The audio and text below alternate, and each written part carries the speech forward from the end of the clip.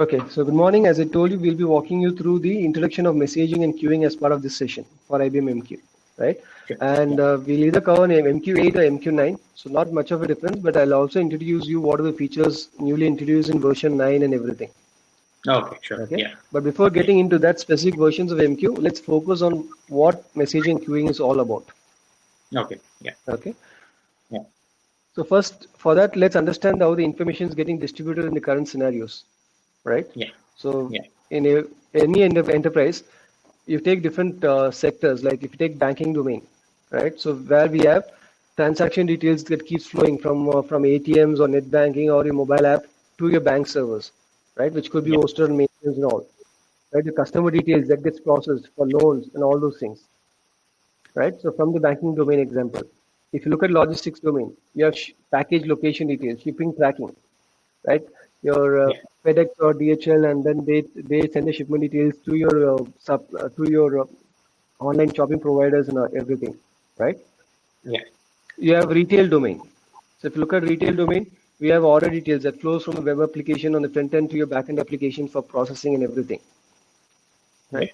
So if you look at in every sectors, I mean, the key thing is the information is flowing around, and the information is flowing around between variety of applications. It could be SAP, SAP, mainframes, .NET, Java applications, you name web applications.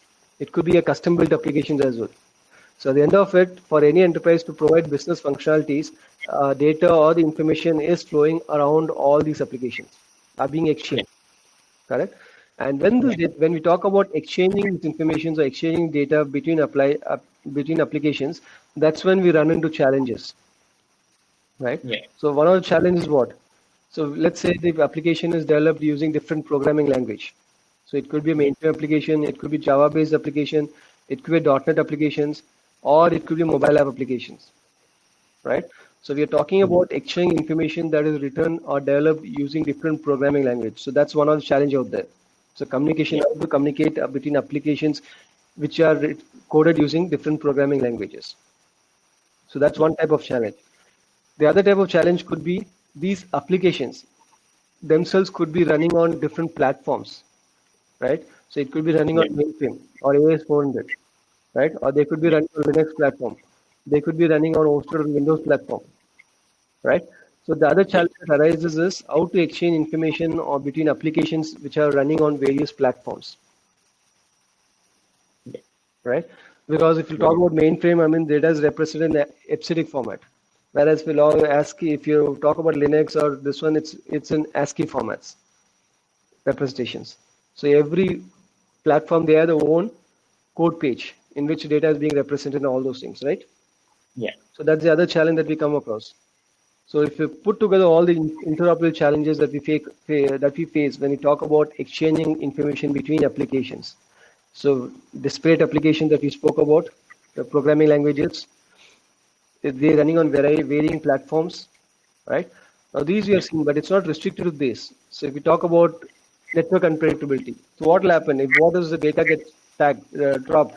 What about the security of the data, right? Is the data reliably reaching my receiver, right? What is the reliability of transmission? So all those comes into question, right? Your security concerns. What if someone is stealing your data while it's in transmission over the network?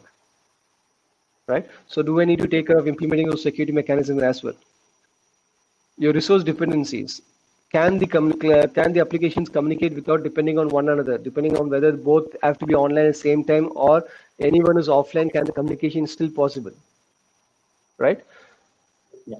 And then coupling between applications. Now when you talk about, let's say, your web or Java application is talking to your mainframe applications. Now what happens, what is the impact going to be if one of the application undergoes a change? Is it going to impact my other application as well, right? So how tightly coupled these applications are going to be, right? Yeah. So all these are challenges that we can typically come across when you talk about integrating applications to exchange these informations, right? Yeah. Yeah.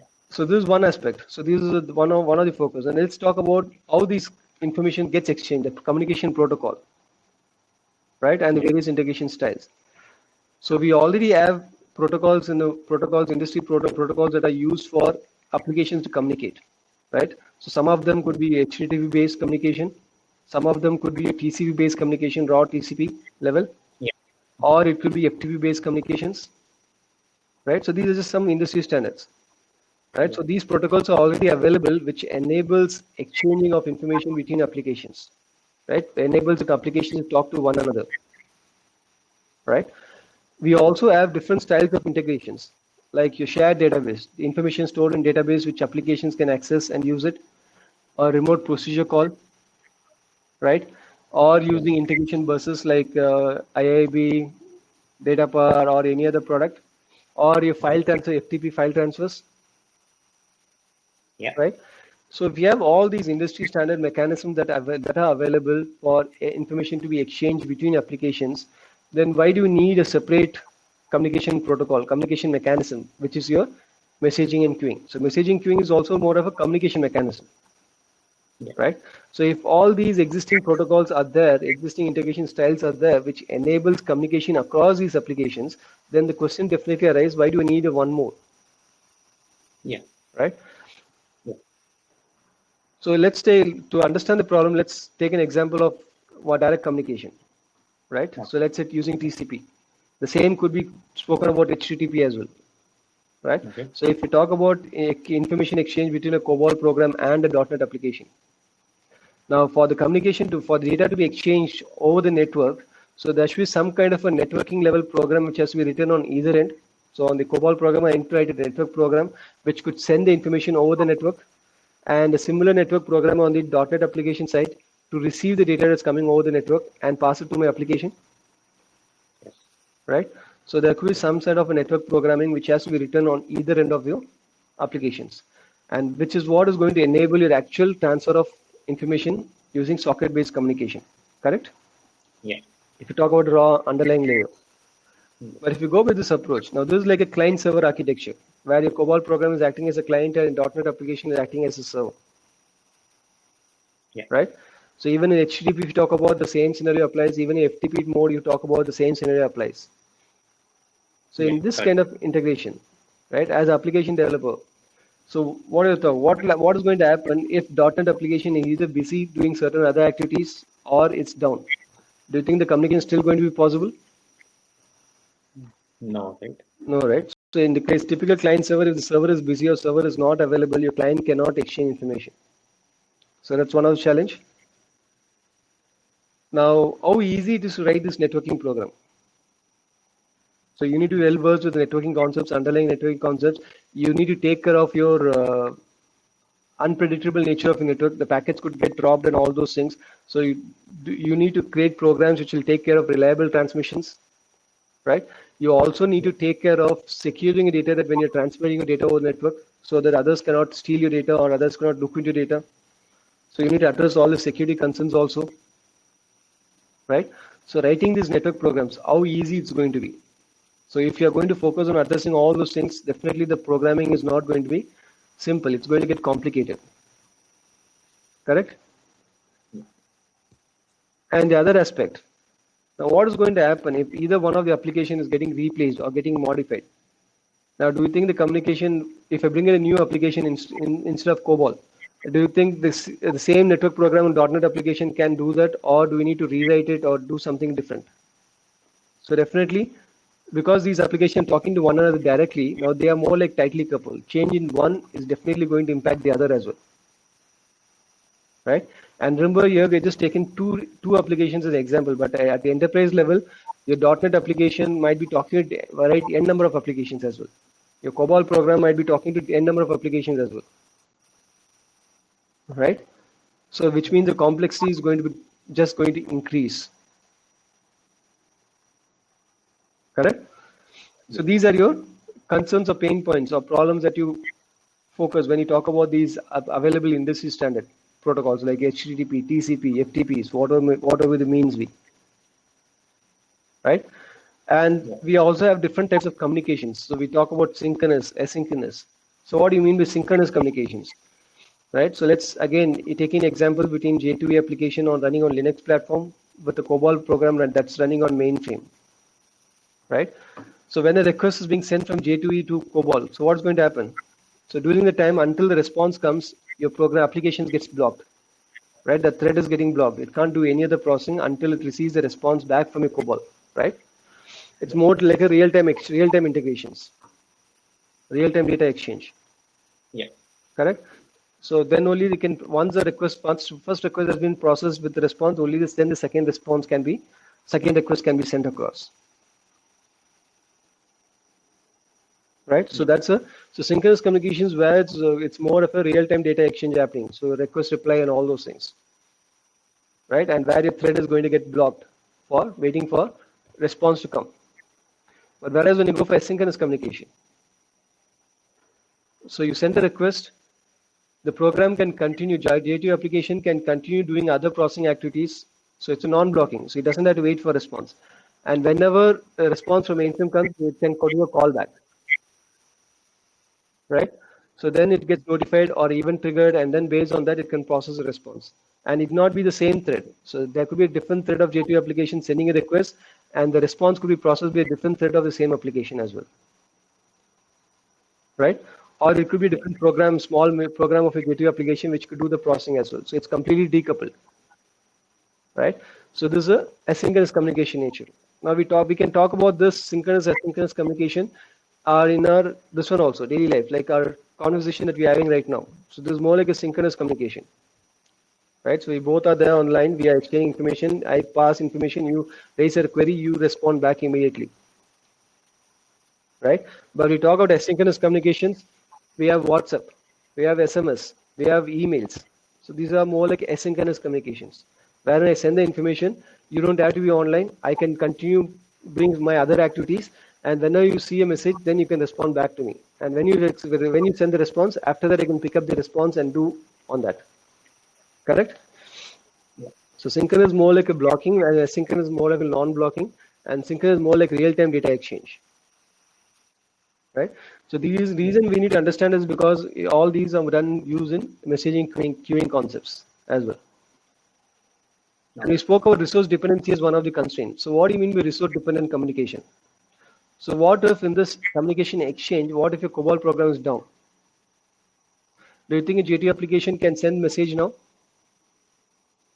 No, I think it will throw an error. Right. So which means for J2 application to communicate with COBOL program, it's dependent on the status of my COBOL program. Unless the COBOL program is available, your J2 application cannot transmit your messages. Correct? So as a sender, do I need to worry about it? Now, if I need to keep on checking whether what is the status of you before I start transmitting, then most of my time is spent in that actually. Most of my resource or most of my activities or most of my energy is spent in that itself. Right? Why should I be bothered about what your status is? My objective is to exchange information. Right? I have my primary functionality is to perform certain business functionalities. Now, in as part of that, one of the functionalities is to give you the information or give you the data. Right? It should not come as my primary task about checking your status of your application and then accordingly see whether I need to transmit the data or not and all those things. Right? So that's one of the drawback, resource dependent communication. So that's where, to address all these concerns, where messaging and queuing come. So as part of it, let's focus on IBM MQ. Now, concept that you're going to see, remember, it's not specific to IBM MQ. It's common to across all messaging queuing products. Like we have different products in market: Apache MQ, Rabbit MQ, Sonic MQ, right? Microsoft MQ. So different vendors are providing their own messaging and queuing products, right? So IBM MQ is one such product from IBM vendor. That's the only thing. So the messaging queuing concept that you're going to see as part of today's session is common or for most of your messaging queuing products. That's the fundamental concepts. Okay. So in the case of the same information distribution that we spoke about, COBOL program, .NET application. So if you talk about messaging queuing, so what's going to happen? So in this case, your COBOL programs or .NET applications, they're not going to talk to one another directly. Okay, so communication between the programs or applications will be through your messaging infrastructure. So which in our case is your, let's say, IBM MQ. So COBOL program will then send the information to your messaging infrastructure, and then the messaging infrastructure will forward it to your .NET application. Okay, so here there's no direct communication. So that's the reason why the communication style is resource independent. So because the programs are not communicating directly, so COBOL program need not worry about the status of .NET application. Right? So whatever be the status, it could tries to send the message itself. Because as far as COBOL program is concerned, the receiver is a messaging infrastructure. Right? And your messaging infrastructure is capable enough to store the messages on behalf of your .NET application, even if your .NET application is down. Your network installations. So the programs of the application, they don't have to talk with your networking layer directly, right? They are going to talk to the messaging infrastructure product like IBM MQ, which in turn will be interfacing with your networking layer. So the applications or programs, they don't have to interface with the networking layer directly. Okay. So as part of that, all the networking concepts, taking care of network unpredictability and all those things is addressed by your messaging infrastructure itself. It's not, they don't have to build into your applications. Right? And because you don't have to write these networking programs and all, which are a bit complicated, so applications are now easy and faster to develop because standard set of APIs are given using which you can interface with your messaging infrastructure. Right? So when you talk about messaging queuing, if you apply it to your real life scenarios, you can compare it with your voicemails, your postal service. These are classical examples of messaging queuing concepts. Right? So you're talking about telephone and all those things are more synchronous. Whereas if you talk about postal service and voicemail service, they're more like they provide a messaging infrastructure service, right? So voicemail, you leave a message in the voicemail server stores the message, and then the recipient can pick up the message from the voicemail server. So your recipient need not be available at the same time when you're trying to pass on the information. So that's the whole objective of voicemail server, right? Even if the recipient is not available, you can still pass on the information. Right? Your postal service. So when you send the data out, it's not you're directly talking to your recipient. You're just sending to the postal service, and they are taking care of delivery of the information to your actual recipient. Right? Yeah. So these are your classical or real life examples of your messaging queuing concepts. Right? So let's address each of the things we spoke about. Now, for messaging infrastructure, if it has to provide the resource independent communication that we're talking about, right? How is going to do that? For example, a voicemail service, or for example, a postal service, if they have to give a resource independent, let us, the recipient may be offline, but still you have to pass on information as a sender. You don't have to worry about their status, right? So if you have to do that, so what all information should I have so that I can proceed with that? So first and foremost, your routing details. Now, when you talk about postal, right? Now, as a sender, I post my letter, right? The information that I want to exchange, I post it. Now, does the post office, they have to come back to me for certain requesting for information and how to deliver the information, how to route the information, all those things to the recipient? They don't have to, right? Because the additional information I would have given it based on which they can do the routing details, where they want to deliver the information, to whom I want to deliver it. Right? So all this information is there as part of my letter itself. So your postal office, they don't have to come back to the sender to determine how to deliver the package. Right? Yes. So routing details. And any other additional property, the quality of service that has to be offered. For example, when I do a letter, postal, do you think they offer only one quality of service? You have normal post, you have registered post, you have speed post. Right? So you have different quality of service being offered by the messaging provider. Right? So which quality of service to be applied for this particular exchange? All those information, whether it should be this letter should be handled as a normal post, or this should be handled as a speed post, or as a registered post. Right? So that information also should be given to the postal service, postal office, based on which they can provide that quality of service. Right? And we spoke about if your recipient is offline, your messaging infrastructure should have a mechanism to store the message on behalf of your recipient. So there could be some kind of storage functionality to be provided in case your destination recipient is offline. Yes? So all these additional information, remember, it's not only the information that is being exchanged, you need additional information also. Right?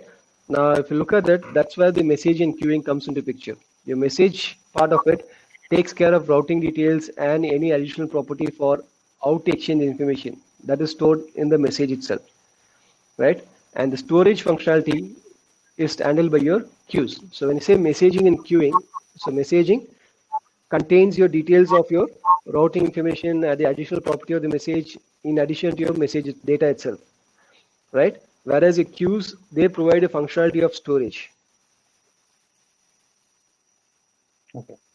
Okay.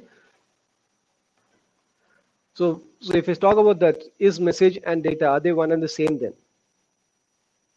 Right? Now, if you compare it with, so do you think it's one and the same or it's going to be different? I think it will be more than what message data means what message has, right? Maybe a lot of more information than what the actual message. Yes. So if you look at that, let's take the analogy of a postal office itself, right? So you want to send the information to your friend or colleague, right? So that's applications, right? Friend or colleague, you friends are simulating, or colleagues are simulating your applications. Now, if you want to send the information, so what are you going to do? So what are information you're going to exchange? You write in a sheet of paper. So if I apply from the application perspective, that's the payload or data that the application wants to actually exchange with the other applications. Yes. Now, once you return this information that you want to exchange with your friend or colleague on a sheet of paper, do you take this and directly post it in a post box? Now, if I do that, will the post office make a delivery? No. They have the information that has to be exchanged, but they don't have the information about how to exchange this. Yes. Right? They don't know to whom to deliver this package. They don't know whom to deliver the information, and what kind of quality of service to be provided for delivering it. They don't have any of these informations, right? So that's why what we do. Once you have the information that you want to exchange with a friend or colleague in a sheet of paper, you package it inside an envelope. And on the envelope, you give certain informations. To whom you need to deliver. What is sender's receiver's address? What is your return address? Right? And then it also has on the envelope additional information like your whether the quality of service to be speed post, normal post, registered post. All these informations are provided on top of the envelope, correct? Yes. So that is the information that the post office relies on for delivering your post or letter to your friend or colleague. They don't have to worry about what's inside the envelope, unless for security concerns, right? But ideally, your post office, they don't have to look into what is inside the envelope. So they always look at the information that is on the envelope. Correct? Yeah. And then once I package it in the envelope with all the necessary information, all those put on the envelope, that's when I put it in my post box for delivery to my friend or colleague. So that's a typical exchange that you do. So now if we equate with our scenario out here, so information that you exchange, that is the information that applications want to exchange, what we call as data or payload, right? Which gets packaged into this one. That's where message comes into. So message is nothing but your data or payload that is being exchanged, and in addition to it, other routing informations, other metadata about your message and all those things, right? So if I break down my message in IBM MQ message or any message, specifically if I talk about IBM MQ message, it contains different parts. So one is your message address, your message properties, and then your data or payload. So data or payload that application exchanging is one part of your message. It's not the complete message. So other than that, your data or payload, it contains certain properties, message properties, right? Like for example, the order number, the order property, it could be given on the message itself. Instead of data, it could be given as a property of the message. Some custom properties that you want to set, like tags, all those things, right?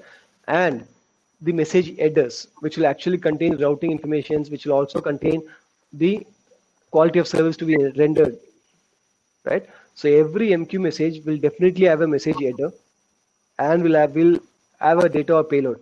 The message properties is optional. You may have it, you may not have it. That's up to you. That's up to the application that's sending the information, right? So message properties are custom informations, custom properties that the application wants to set for the message before it sends it, before it transmits it to your recipient application, right? And message headers contains the routing details, additional properties of the message, the additional quality of service that has to be provided. So everything is stored as part of a message headers. Okay, and data or payload is the actual information that your application is exchanging with your other application. So that's what we call as a messaging framework. So this completely decouples, right, from the sender. So once the information is received by your postal office, they don't have to necessarily contact your sender for any other information. So whatever the postal office requires is there on the envelope itself, right? So they're completely decoupled now. And the postal office, they can take care of delivery of a package. Correct? Yes. Right? So that's where this one. So IBM MQ message comprised of all these three things, message headers. So what we call as message descriptor. So one of the main header of IBM MQ message is MQMD, message queue, message descriptor.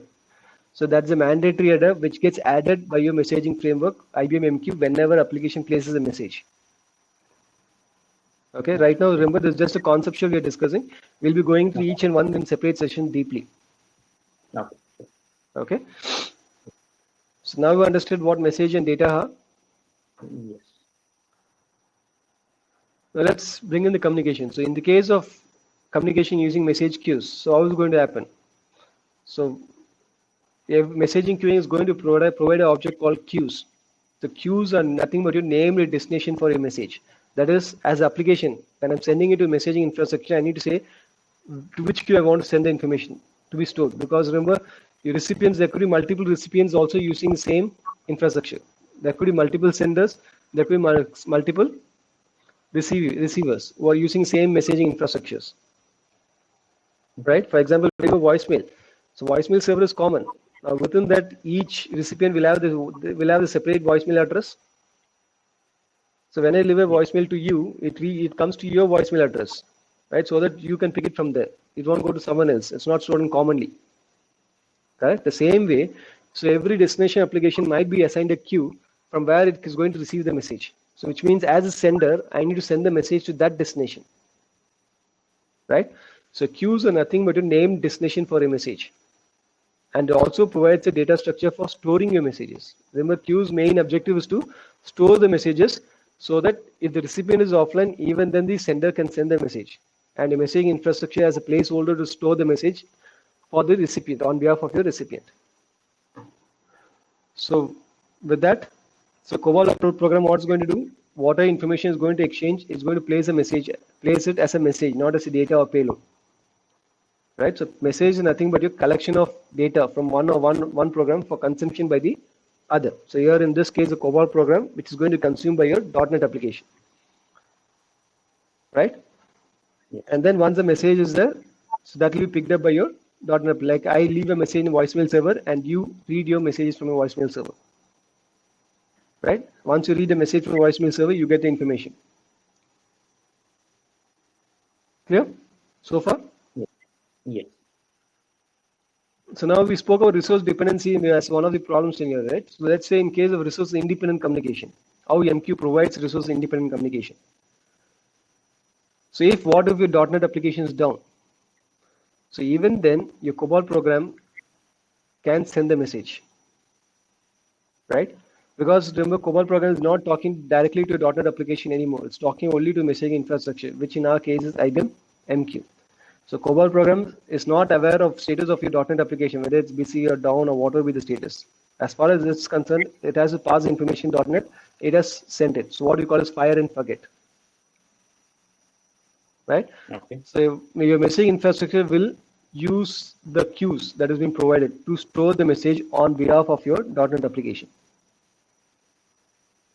Right? Yeah. So once it's stored, so what is going to happen? So after some time, let's say .NET application comes back online. Right? So now it comes back online or it's busy. It's done with whatever activity it was doing. Now it's available. So then the .NET application, once it's up and ready to process a message, it will connect your messaging infrastructure and read the message from your MQ infrastructure. Okay. Remember, from the sender side, it's a push. Sender pushes the information to your messaging infrastructure. On the .NET side, it's a pull. Your application receiver pulls the information from your MQ infrastructure. Your MQ does not pull the information from source application, does not push the information to your target application. Right? The exchange is done by your applications. Your sender has to send the information to messaging infrastructure. The recipient has to receive the message from your, pull the information from your messaging infrastructure. right? And when I talk about queues as storage, you can equate to database. Database also provides storage functionality. But remember, the storage functionality of database is more permanent, long living, right? And the same information will be getting shared across different applications at any point in time. Like any application can go and select the records from the tables, read customer data from tables at any point in time. Whereas when you talk about queues are meant for temporary storage, not for permanent storage. You're not going to store information for 1 month or 1 day or like that. It's only for the time duration for which your recipient is offline, right? And as soon as the recipient comes online and he picks up the messages are removed from the queue. The message queues don't store the message any further. Once it's delivered to the recipient, the message is no longer there in the queue. It's only temporary or transient in nature. Okay.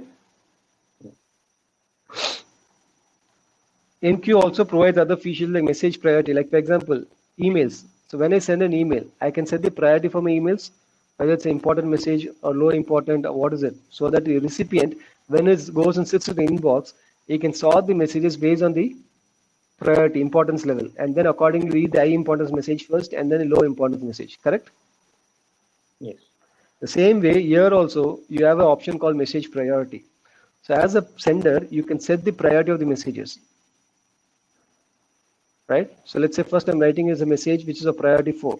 So sender sends the order in which you're sending it, the order in which it's getting stored in the queue, and the order in which it's being picked by your target application. If you compare the order, so because it's directly not taking your networking layers and all into considerations as of now. So if just the application sends, COBOL application sends a message with priority 4, so that message gets stored in the MQ. And let's say COBOL application sends another message. Now in this case, the message is of priority 5, right? And then it now sends another message with priority 2. So now there are 3 messages lying in the queue with each of different priorities, right? So when the target application reads a message, so what's going to do? And if the delivery is by message priority, the first message going to get is what? The message with priority 5. It doesn't matter in which order it's gets stored in the queue, right?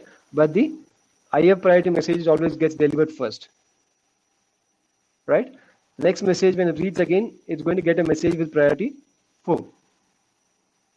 And then when it reads again, it's going to get the message with priority 2. So you see the orders are different. How the orders could be different from how the message is being. The order could be different in every stage, right? The source, the message in which the order in which the source application is writing, the order in which the queue stores the message, and the order in which your target application receives the message. Every stage it could be different.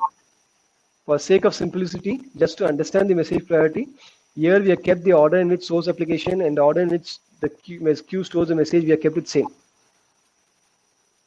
Okay. But in some cases they could also be different because of the networking. Because if you are taking different routes to read, for example, for same destination, if you take different route, depending on traffic, the time taken to reach might be different, right? Yes. So in which case, if source is sending it and the IBM MQs as a target, now it could receive the message in different order depending on network traffic and all those things. So in that case also, the orders could go differently. But for simplicity's sake, just to understand the message priority, we have kept it same. Okay? Yeah. So this is one of the other feature of IBM MQ, message priority. Okay. So is it like always with the highest priority it will send, or we can set it up saying that I want only lowest priority to go, like in the reverse order? I mean, you have 2 options, right? So default is based on priority. So which means the high priority message will always delivered first, and the priority is dated from 0 to 9. Okay. 9 being the highest and 0 being the lowest, right? The other option is delivery sequences. You can set to first FIFO, what we call it first in, first out. So in which case I don't worry about the order in which or the priority of the message, but I have more focus on the order in which I receive the message. Like in inboxes, you can sort your messages based on date and time, right? When the email is received. So then you're forgetting about the priority. So these are 2 options, either based on priority. If you set based on priority, always a high priority message will be delivered first. You can't say I want low priority. It will always on this. Or you can go for first in, first out. Okay. Okay, which is not based on priority, but based on the order in which it was delivered to the queue or reach the queue. Okay. That is typically the order in which it's stored in the queue. So the same order you'll get the message. Right? You also have an option for retrieving a specific messages. Like in database, when you select condition, you give a where condition, right? I want to fetch record for this particular customer. The same way, you have an option to retrieve messages by certain conditions, criteria. Okay. Okay, you have that option also, but that we'll discuss later. Okay. Okay, so clear on this, the priority. So these are features of IBM Yeah. It also provides event-driven processing. So what is event-driven? Right? So let's say COBOL program is sending it and .NET application is there to process it. But I want the .NET application to process the message only after a certain amount of message has been collected in the queue. Let's say 3 messages are there in the queue. Only after 3 messages reach the queue, only then .NET application is to be processing those messages. So that's the condition I want to specify. Right? So what's going to happen? So COBOL program keeps sending the messages. Right? So far only 2 messages have reached the queue. So the given condition has not reached. So your .NET application need not process it. So once the given condition is reached, right? That is the 3 messages in the queue. So conditions occurred. So then what IBM MQ can do is it can go and trigger your .NET application, notify your .NET application, saying that the event has occurred. No. Okay. And once that is done, then the .NET application can come and process those messages. Okay. So when you are saying it triggers the application, right? So Sorry? when you say this event will go and trigger this .NET application, right? Right. IBM. Is it like directly MQ talking to the application, or is it some other way? So MQ will invoke a script or something, whatever required to start. Let's say I could give a shell script, which will actually start the application or program, or a batch script. So MQ will invoke that script, which in turn will start the application. Got it. Yeah. Okay. We'll talk about it. There's a separate unit on triggering also. We'll see how to trigger. What are the things that we need to take care. Okay. Sure. Yeah. Okay. Yeah. You have message-driven processing. So remember, when the communication is happening, your applications need not be always online. For example, typically for batch mode, if let's say the program which is receiving the data from COBOL program, the .NET application receives it every day at 6 o'clock in the evening, right? It's a batch transmission. So every day 6 o'clock, a report is being sent by the COBOL program. Now, do you think the corresponding .NET application should be running continuously throughout the day? It knows it's not going to receive the message, but if it's simply running, it's going to consume system resources, right? Which can be spent somewhere else. So I want my .NET application to be running only when the message comes. Till that point, I don't want my .NET application to be running, right? So what you can do? So again, message driven. So when the arrival of the message, when the message comes, on the arrival of the message, only then the application has to start processing it. The same triggering. So here the event is nothing but your arrival of the message, right? And when that occurs, your application is going, MQ can go and trigger start your application, which will come and pick up the message, right? So when you talk about this, again, different types of triggering condition or event condition. Here the event condition is just a simple arrival of the message. Previous case, the event condition was when a certain condition is reached, certain criteria has been met, right? So message driven. So everything is controlled by the process of message driven, event driven, right? You can go for parallel processing also. So what in this case? Let's say application A is sending message to application B. Now it doesn't have to wait for response to application B. It can send message to application C in the meantime, right? It can send message to application D in the meantime, and it can collectively get the response from all of them into a common queue, right? And then it can process all 3 responses together, right?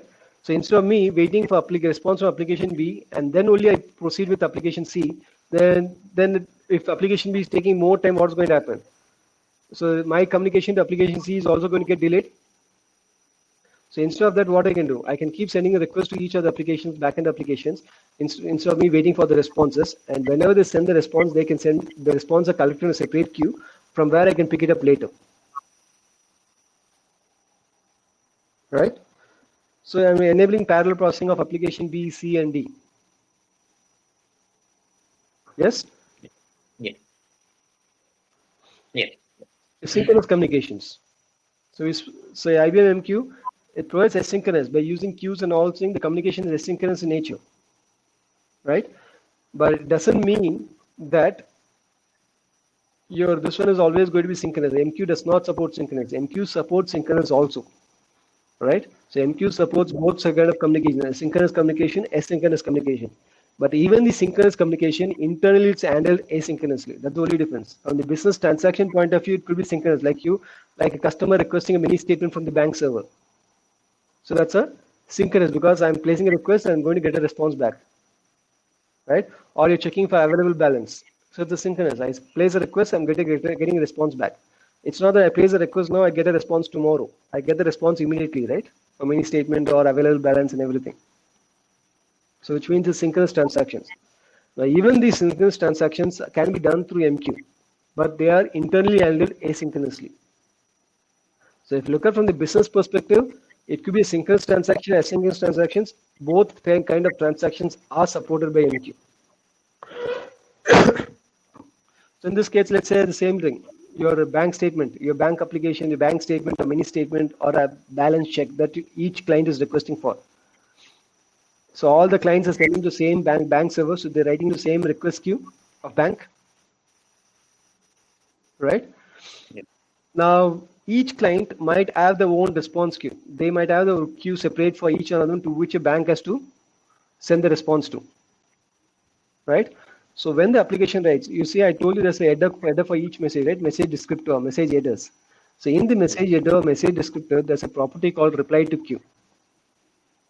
Right? Okay. Every application, sending application can say that I want the responses to be sent to this particular queue,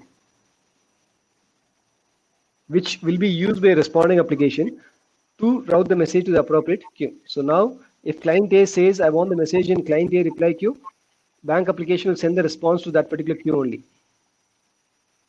Like in some business communications, you get a pre-printed envelope, right? So for you to get correspondence with them, they give you an envelope with their address, everything already printed. You just have to type the information and post it in that envelope. You don't have to worry about writing the address and all those things, correct? Yeah. The same way, reply to queues. So as a requesting application, you can say where you're expecting the responses so that your responding application can accordingly do. So in this way, the responding queue is not hard-coded in your bank application, right? Your bank application can write it to any queue, depending on which client is requesting for. Yeah. Right? So this is one way of synchronous communication. The other kind of synchronous communication is using IDs.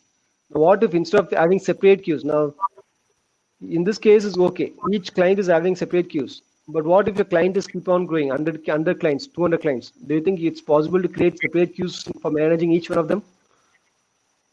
It will be tedious one. Right? So partners is okay. Partners are going to be specific, limited, right? But customers, your customers keep on growing.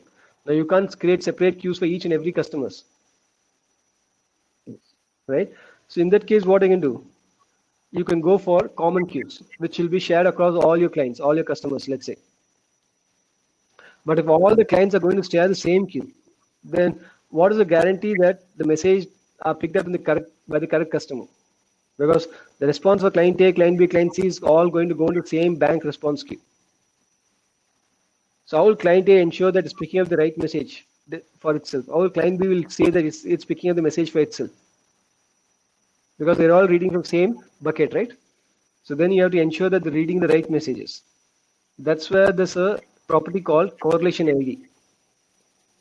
So in the header, there's a property called message ID. So message ID is the ID which uniquely identifies a message. Like for example, when you raise a ticket in any ticketing tool, you get a ticket ID associated.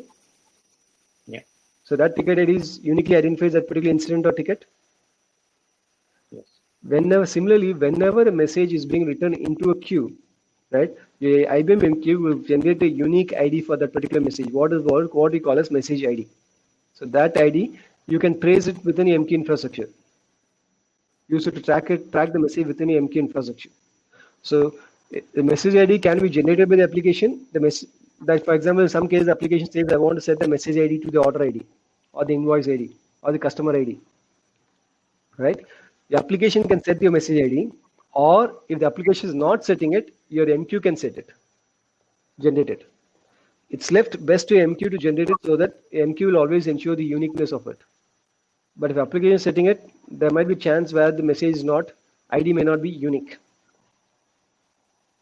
Okay, so that's what MID. MID stands for message ID. And there's additional property called correlation ID, CID. So that is used for correlating your request with your response. So this response corresponds to this request. So that's your correlation ID, right?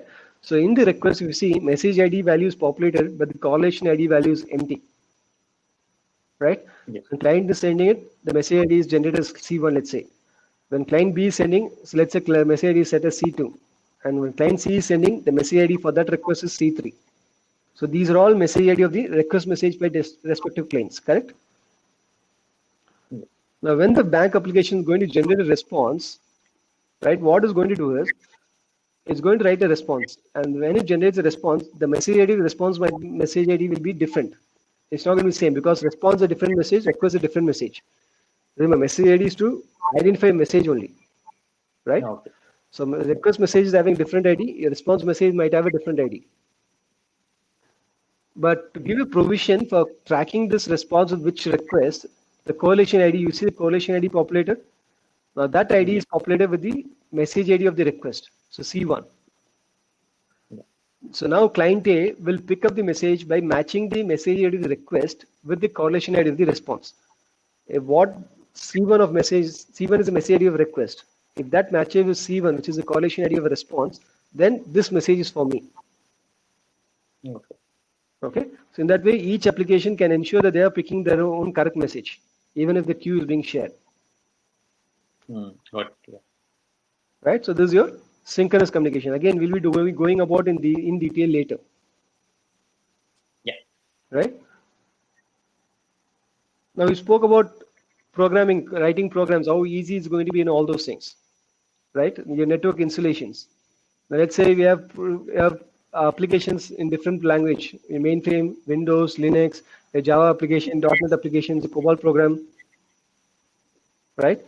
Now, if they want to communicate with one another, so which means the communication might be happening through the network, they need to talk to the networking layer. Now, using IBM MQ, you don't have to talk to the networking layer directly.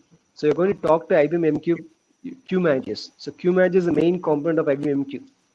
We'll be talking about it again tomorrow and next couple of sessions later, right? When you go into what objects are MQ. So let's say, so IBM Queue Manager is the primary component of IBM MQ, to which your applications communicate, right? And you need to write programs to talk to these queue managers on either in Java or .NET or COBOL. For that purpose, standard interface is given, which you call as message queuing interface, MQI. So MQI is nothing but a message queuing interface, a standard set of APIs. Like in Java, you have standard set of APIs given to interact with JDBC providers and all those things. Yeah. Right. So you use the appropriate APIs or methods to communicate, perform that activities. The same way, the IBM MQ provides a standard application provider interface, what we call as message queuing interface. So this is provided for different programming language, for COBOL, for object-oriented, for Java, for JMS, for this standard set of interfaces are given. So using those, the programs can communicate with IBM MQ. Okay. And once the programs can communicate with IBM MQ, through the queues, they can exchange messages now. Yeah. Right? So the interfacing with the networking layer is done by IBM MQ. So as a program, as application developer, when I write MQ-based programs, message queuing applications. So these applications which talk with MQs are called message queuing applications, right? We don't have to focus on how to talk to network and all those things. We just focus on using the standard API interface to communicate with IBM MQ. Rest is taken care by IBM MQ. So the programming is much simpler now. Yes. Right? So if I elaborate it, now again, as I told you, now as I demonstrating in the slide, your MQ, queue manager to which your application is talking, they need not be the same. Right? Because we are talking about applications running on Linux and applications running on mainframe. So you might have queue managers or IBM MQ set up in Linux platform. You might have another one set up on mainframe platform as well. closer to your applications, because applications can be distributed geographically as well. So you set up your MQ closer to each of the applications, correct? Yes. So the J2 application which is running on Linux will talk to its queue manager, which might be also be running on Linux or closer to it, right? And to communicate with that, it's going to use the message queuing interface. So using the message queuing interface, the APIs of that, it's going to talk to the IBM MQ closer to it, send the message to the queue. And what this IBM MQ is going to do is going to route the message over the network to the queue manager, which is for mainframe, Okay. right? And then your mainframe, what is going to do? Your COBOL program running on mainframe is going to use the same messaging queuing interface, which supports COBOL, and read the message from the queue. So you see, your So- applications can be distributed. Yeah.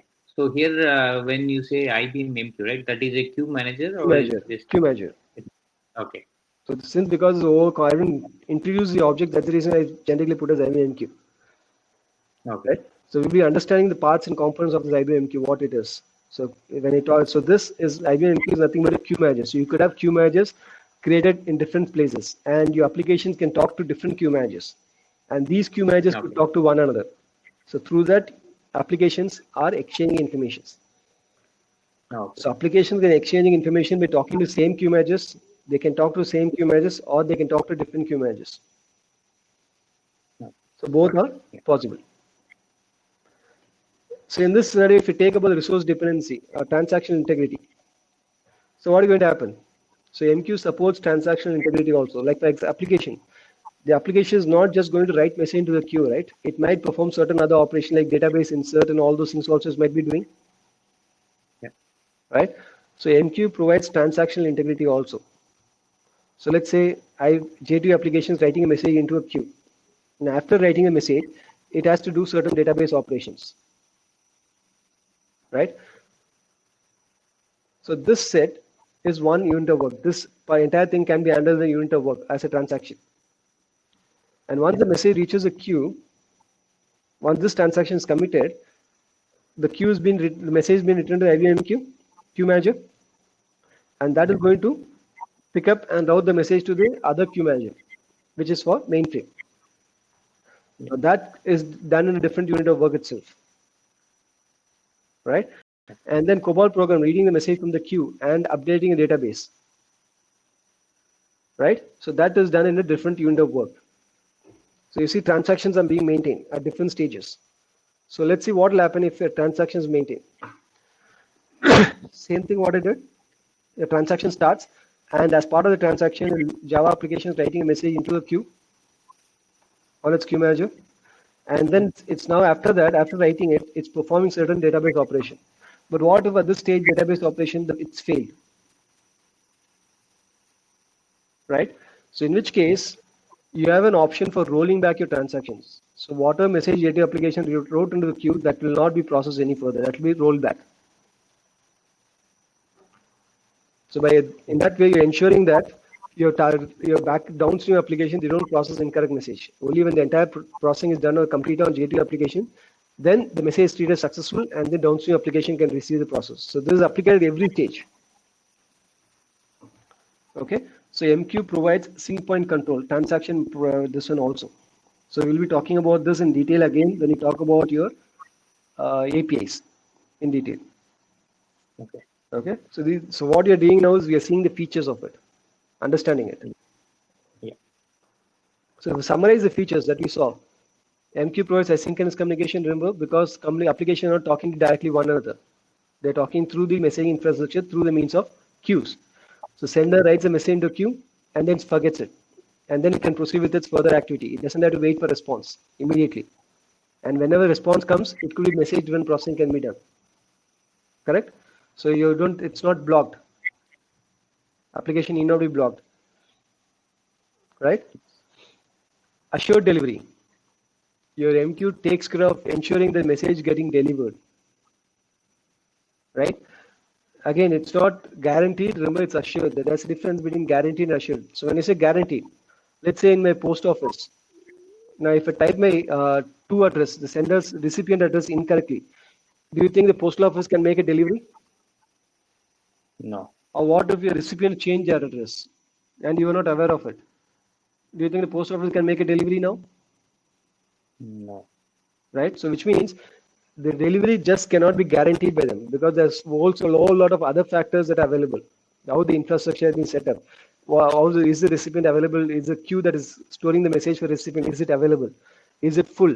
Is in exceeded capacity? Do you have the authority to write the message into that particular queue? So there are a lot of various factors which will take care of delivery, right? So that's the reason why we are doing assured delivery. So what you mean by assured delivery is you're delivering once and once only. If I'm making a delivery, remember I have to deliver only once. There should not be any duplication of the message. At the same time, your message should not get lost as well, right? Which is a different quality of service. Once and once only delivery is what we're expecting, right? We'll see how this is the function, how the MQ provides this assured delivery and what will happen in the case a message is not able to deliver, and all those things we'll be talking about in detail later. Okay. Yeah. Okay. Loose coupling of application, because the programs of application, they are not talking to one another directly now. The application is loosely coupled now. Even if change happens in one end of the application, the other application does not get impacted directly. Correct? Yes. Priority, we saw. Applications can set priority for the message based on which recipients can process the message. Yeah. Security. Your MQ provides different kind of securities, authentication, to authorization, to prevent who can access the particular queue, which application write message in the queue, who is authorized to read message from the queue or write message into the queue.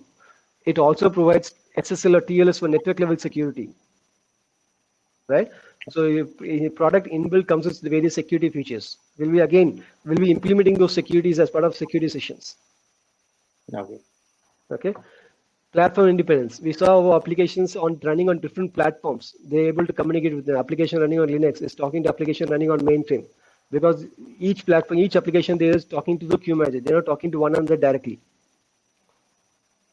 right? And queue manager is supported on multiple platforms by means of which the messages can be exchanged across platforms as well, right? Language independence. We also saw applications written in different programming language are able to communicate using standard set of APIs that's been given, a message queuing interface, right? So by which they were able to talk, they are talking to the queue manager through which the messages are being, informations are being exchanged,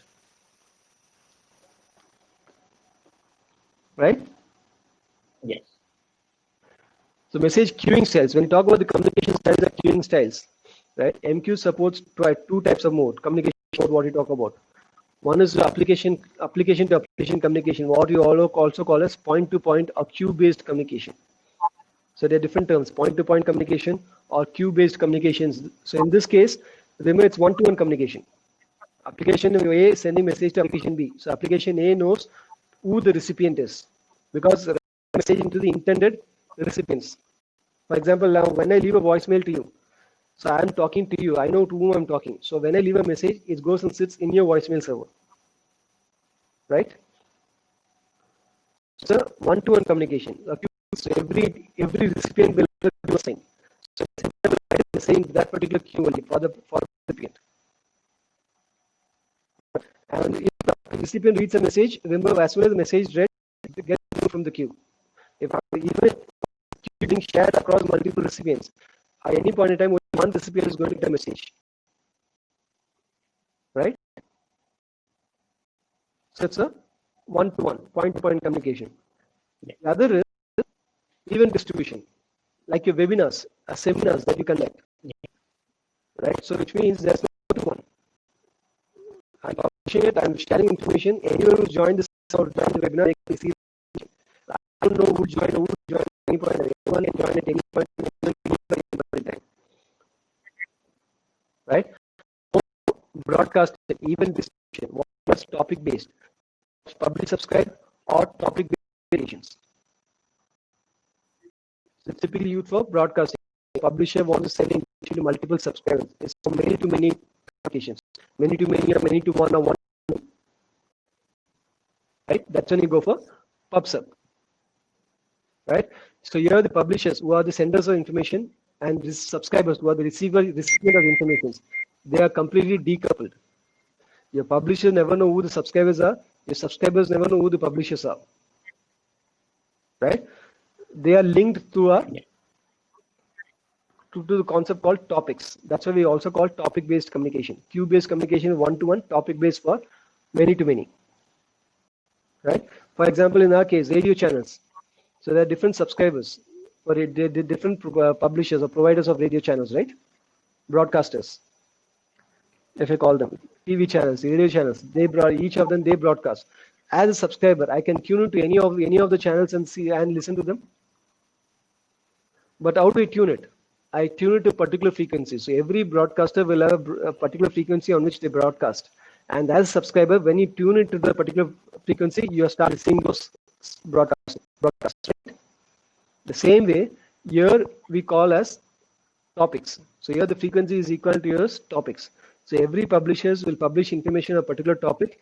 Subscribers who are interested in certain topics, when they register, they start receiving it. So here, in this case, irrespective of number of subscribers, your publisher will send only one message.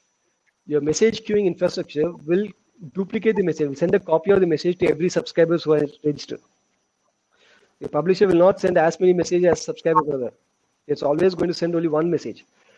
It's a responsibility of your messaging publishing layer, which will copy it and deliver to all the subscribers. Okay? Yeah, got it. So there are different communication styles, one-to-one or many-to-many kind of. So many-to-many is PubSub, one-to-one is queuing. So in most of sessions, we'll focus on queuing, and in separate session, we'll talk about PubSub in detail later. No. So any questions on this so far? No, I think I pretty much understand a lot of stuff, what we discussed. Okay.